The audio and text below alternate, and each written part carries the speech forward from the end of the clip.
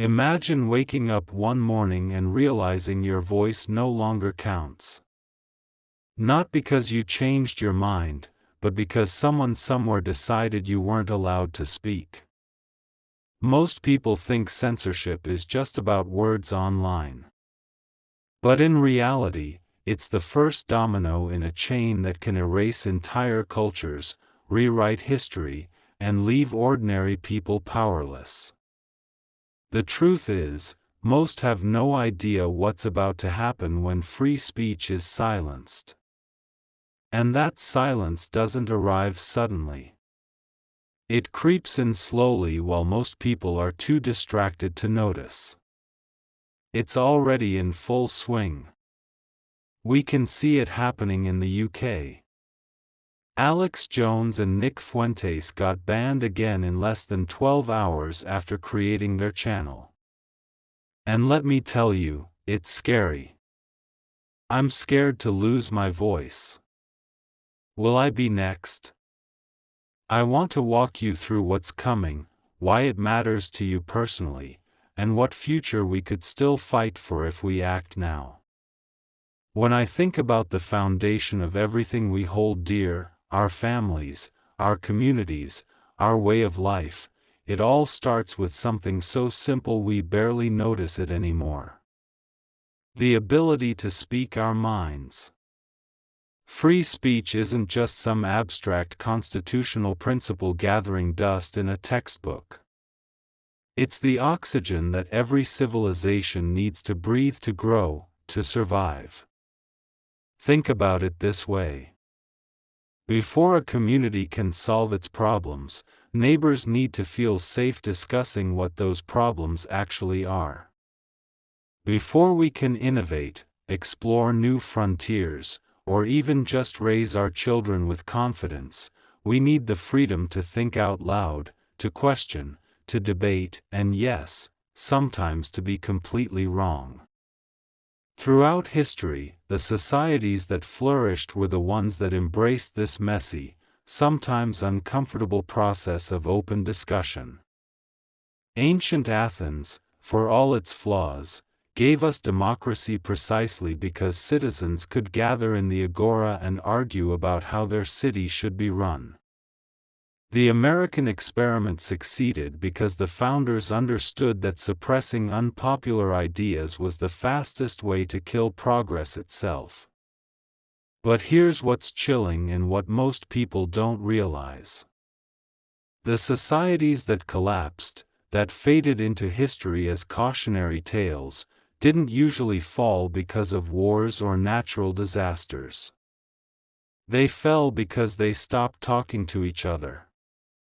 They stopped questioning their leaders. They stopped believing that ordinary people's voices mattered. Look at what happened in the Soviet Union.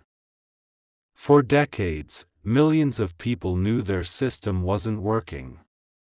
They could see it in empty store shelves, in the fear in their neighbors' eyes, in the way their children learned to whisper certain thoughts instead of speaking them aloud. But speaking up meant disappearing, so they stayed quiet. And their silence didn't protect them. It guaranteed their suffering would continue. The Romans had a different problem. As their empire grew more complex, their leaders became more distant, more convinced they knew better than the people they governed. Dissent was labeled as disloyalty. Alternative ideas were dismissed as threats to stability. Sound familiar? By the time ordinary Romans realized they'd lost their voice in their own government, the barbarians weren't just at the gates. They were being welcomed as liberators. But freedom doesn't vanish overnight. It's chipped away piece by piece. And that's exactly what we're seeing today, isn't it? You might remember a time when people could disagree about politics over dinner and still be friends afterward. When neighbors with different views could work together on community projects, when questioning authority was seen as patriotic, not dangerous. Now, let me ask you something. When's the last time you felt completely comfortable expressing an unpopular opinion in a group of people you didn't know well? When did you last see a politician truly admit they were wrong about something important? When did you last watch a news program where both sides of an issue were presented fairly without trying to tell you what to think? If you're having trouble answering those questions, you're not alone. And it's not happening by accident. The erosion starts with institutions, the very organizations that are supposed to serve and protect us.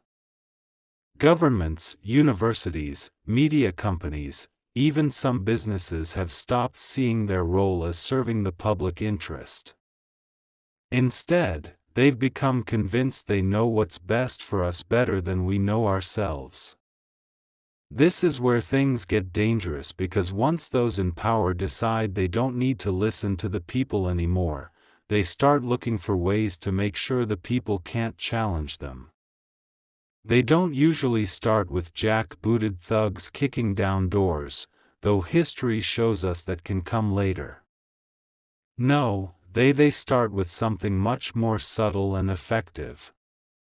They convince everyone that certain ideas, certain questions, certain concerns are simply beyond the pale. Think about it. How many times have you heard someone dismiss a legitimate concern by saying, "We don't talk about that anymore"? Or, "That kind of thinking is dangerous"? How often do you see people apologizing not for being wrong, but for asking questions that made others uncomfortable? This is how free societies lose their freedom.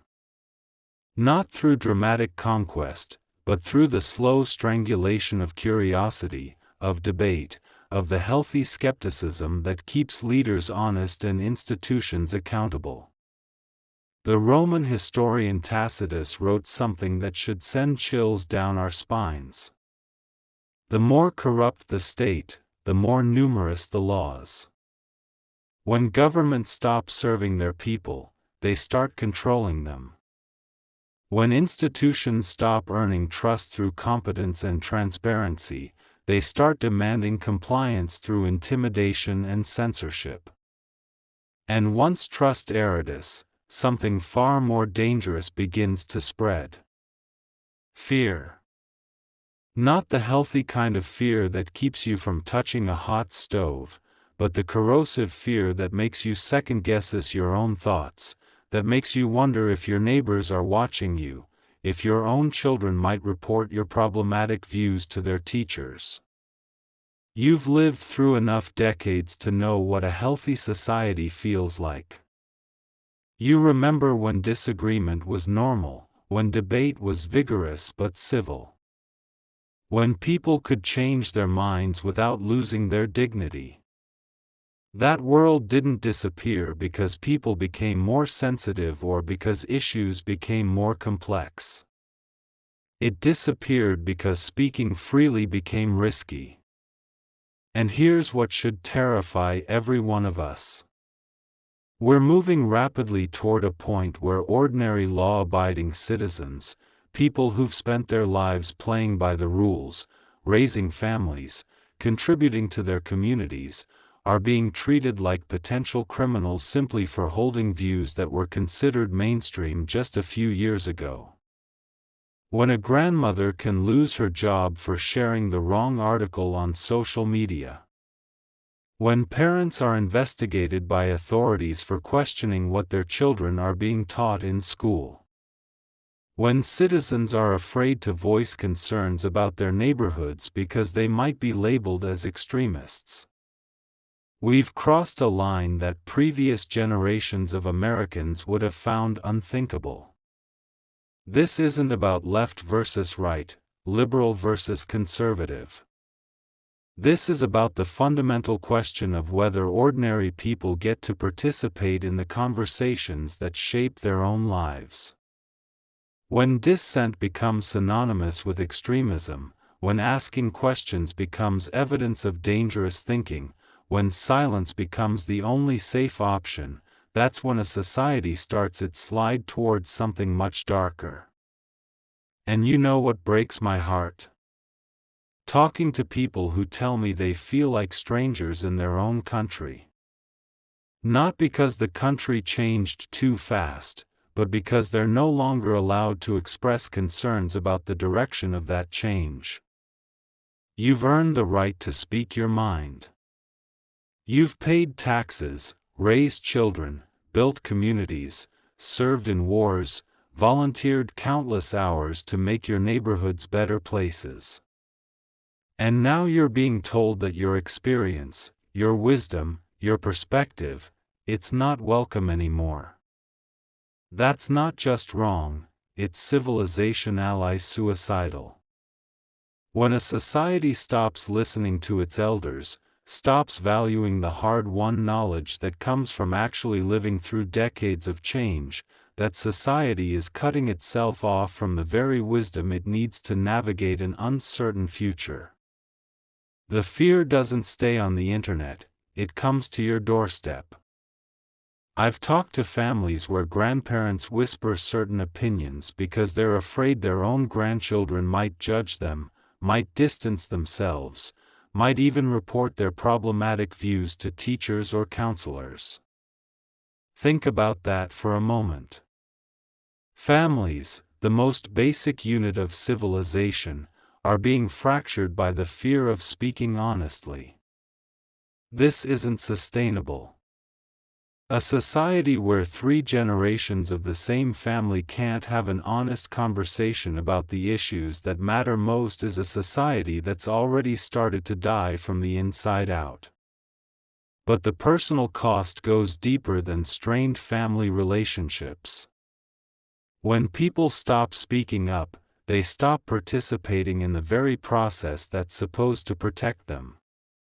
Communities become vulnerable because residents are afraid to report problems that might reflect poorly on certain groups or policies. Children become less safe because adults are afraid to voice concerns about educational policies or social trends that might be labeled as intolerance. Your values, the principles you spent a lifetime developing and passing down, they don't disappear when you stop expressing them publicly. They just become irrelevant to the conversations that determine your community's future, which leads to a choice no society ever wants to face. Here we are standing at one of those moments in history where the path forward splits dramatically. We can continue down the road of increasing censorship, self-censorship, and institutional control over acceptable thought. Or we can recognize that we're approaching a point of no return and choose to fight back while we still can. This isn't hyperbole. The decisions being made today about what can be said, what can be questioned, what can be debated, these decisions will determine what kind of world your children and grandchildren inherit. Will they grow up in a society where curiosity is celebrated, where innovation flourishes, where ordinary people's voices matter, or will they inherit a world where conformity is enforced, where asking the wrong questions is dangerous, where their betters have already decided what they're allowed to think? The exciting thing, and yes, I do find this genuinely exciting, is that we're living through a moment when individual voices can have more impact than ever before. The same technologies that can be used to silence us can also be used to amplify us, to connect us, to organize us. But only if we choose to use them that way. Only if we refuse to be intimidated into silence. And yet, this fight isn't just about today. It's about the kind of future we leave behind. You know what's interesting about the current cultural moment? There's this idea floating around that fairness itself is somehow problematic. That merit-based systems are inherently unjust. That treating people as individuals rather than representatives of groups is a form of oppression. Now, I'm not saying every system has been perfectly fair historically. Of course, they haven't. But the solution to imperfect fairness isn't to abandon fairness altogether. It's to make systems more fair, more transparent, more accountable to the people they serve. When I talk to people older than myself, there's something that comes up again and again. You want engineers who understand physics and material science. The push against merit-based systems isn't really about fairness. It's about control. When you can't compete on the basis of competence, you change the rules of competition. When you can't win hearts and minds through better ideas, you make certain ideas unspeakable. But this cultural shift is only one side of what I'm sharing here. The real question we need to ask ourselves is who benefits when ordinary people are afraid to speak up? Who gains power when families are divided? When communities are fragmented, when citizens lose trust in their institutions and in each other? Follow the incentives and you'll find the answers. When people are constantly walking on eggshells, constantly worried about saying the wrong thing, they become easier to manage. They stop asking uncomfortable questions about why their neighborhoods are changing, why their tax bills keep rising, why their children's education seems to be getting worse despite massive increases in spending. Confused and divided populations don't organize effectively. They don't hold leaders accountable. They don't demand transparency. They're too busy trying to avoid social punishment for thought crimes to focus on actual governance failures. Think about how convenient this is for politicians who'd rather not explain why they make promises during campaigns and then govern completely differently once in office. How useful it is for corporations that profit from importing cheaper labor while local wages stagnate. How beneficial it is for media companies that thrive on conflict and division rather than informed citizenship. The immigration issue is a perfect example. For decades, you could have a reasonable discussion about immigration policy. How many people with what skills through what process? People could disagree about the details while agreeing that a country has the right to control who becomes a citizen. Now, I have to be careful with how I express myself since even basic questions about immigration policy can get you labeled as a bigot. But ask yourself, who benefits from making this topic undiscussable? Is it the American workers whose wages are undercut? Is it the legal immigrants who followed the rules and waited their turn? Or is it the politicians who benefit from demographic changes that favor their electoral prospects and the businesses that profit from unlimited cheap labor? When you make certain topics taboo, you don't eliminate the underlying tensions. You just eliminate people's ability to address those tensions through democratic processes. And when democratic processes fail, people eventually find other ways to make their voices heard. That's not a threat. It's a historical observation. Pressure builds when it can't be released safely. And if you think this is just politics, let's talk about technology. We're living through the most rapid technological transformation in human history. Artificial intelligence systems can now write, create art, analyze data, even conduct conversations that are increasingly difficult to distinguish from human interaction. The Internet connects us to more information and more people than any generation in history has had access to. This technology could be the greatest liberation tool ever created.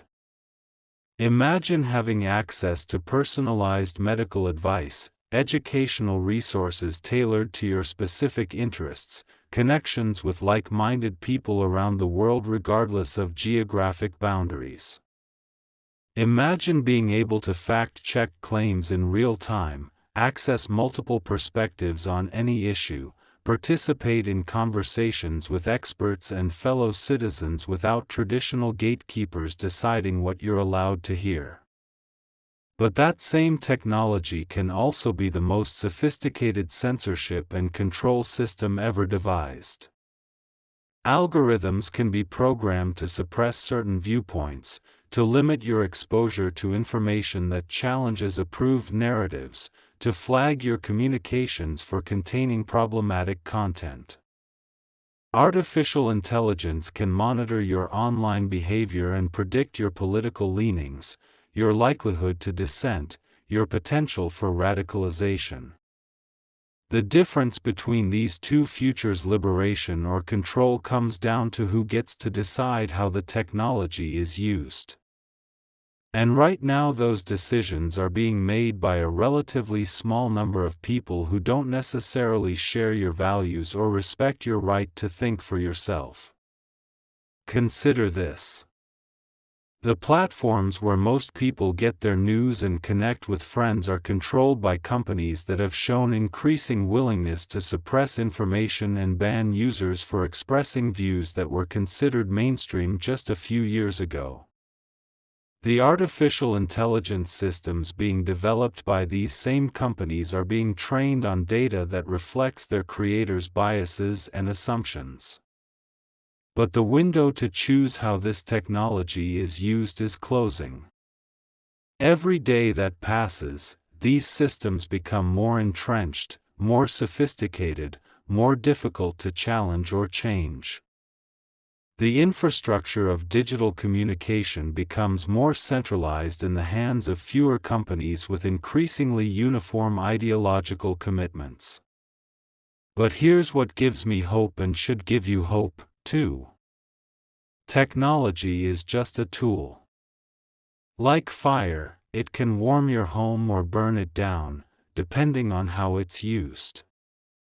And unlike previous generations who had to accept whatever information systems their governments or corporations provided, we still have choices. We can choose platforms that respect free expression over ideological conformity. We can support technologies that decentralize power rather than concentrating it. We can demand transparency from the systems that increasingly govern our access to information and each other. Most importantly, we can refuse to be passive consumers of whatever version of reality we're served. We can think for ourselves, seek out multiple perspectives, and make our own judgments about what's true and what's important. That requires courage, though. The courage to risk social disapproval for asking inconvenient questions. The courage to maintain relationships with people who disagree with us. The courage to speak up when we see something that concerns us, even when silence would be easier. Civilization is fragile, but hope is real. Human societies are remarkably resilient when people decide to stand up for what matters.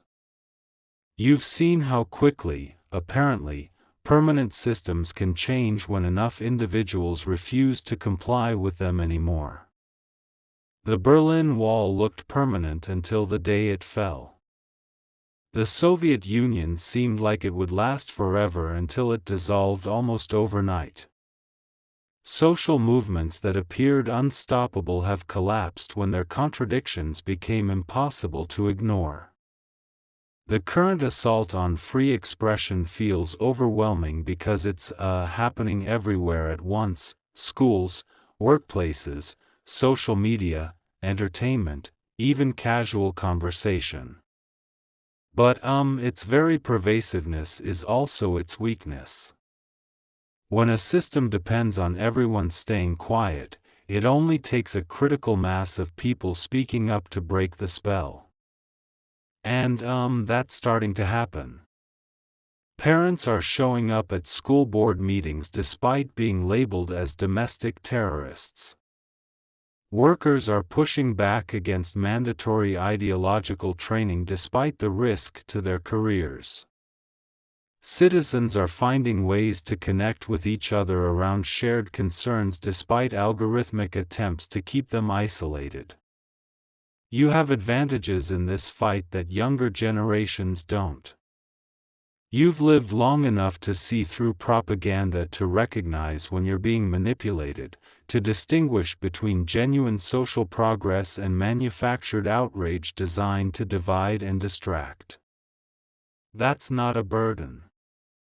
It's a superpower. You can afford to tell the truth because the consequences for doing so are manageable. You can afford to ask uncomfortable questions because you're not worried about college admissions or job interviews or social media mob attacks ruining your future prospects. History shows us that major social changes often start with people who have the wisdom to see where current trends lead and the courage to speak up before it's too late. That's you. That's your generation's unique contribution to this moment. So, what future are we fighting for? Picture this.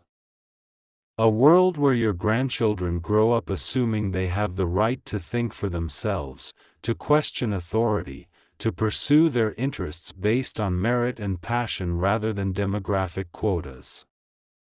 A world where scientific research follows evidence rather than ideology, where medical treatments are chosen for effectiveness rather than political correctness, where engineering projects prioritize safety and functionality over symbolic gestures. Imagine communities where neighbors can disagree about politics while still working together on practical problems. Where families can have honest conversations across generational lines without fear of permanent rupture. Where children learn to think critically rather than to recite approved opinions. Think about the innovations we haven't seen yet because the minds that might create them are being trained to conform rather than to explore. The medical breakthroughs that might cure diseases you're worried about. The transportation systems that might make travel safer and more accessible as you age. The communication technologies that might keep you connected with family and friends regardless of physical limitations. This isn't science fiction. We have the technical capabilities to build most of this today. What we're missing is the social and political freedom to pursue these possibilities without ideological interference. But here's the really exciting part. If we can preserve and restore intellectual freedom, the next few decades could be the most remarkable period in human history. We're on the verge of breakthroughs in space exploration, life extension, artificial intelligence, energy production, and dozens of other fields that could transform human existence. Your grandchildren could live to be over 150, spending their extra decades exploring other planets, curing diseases that have plagued humanity for millennia, or pursuing creative and intellectual projects we can barely imagine today. But only if we maintain the freedom to think, to question, to experiment, to fail, and to try again. Only if we refuse to let ideological conformity strangle the curiosity and competence that drive all real progress. That's the choice before us. Darkness or greatness. We're not asking for anything radical here. We're asking for what used to be considered normal, the right to speak our minds. These weren't partisan positions a generation ago. They were the basic assumptions that made civic life possible.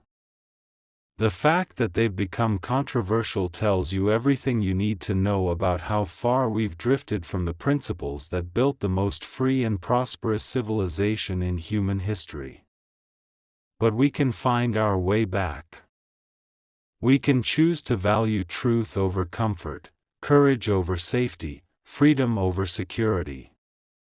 We can choose to trust our fellow citizens' ability to handle difficult conversations and complex ideas. We can choose to build a future worthy of the sacrifices previous generations made to give us the opportunities we've had. The tools are there. The knowledge is available.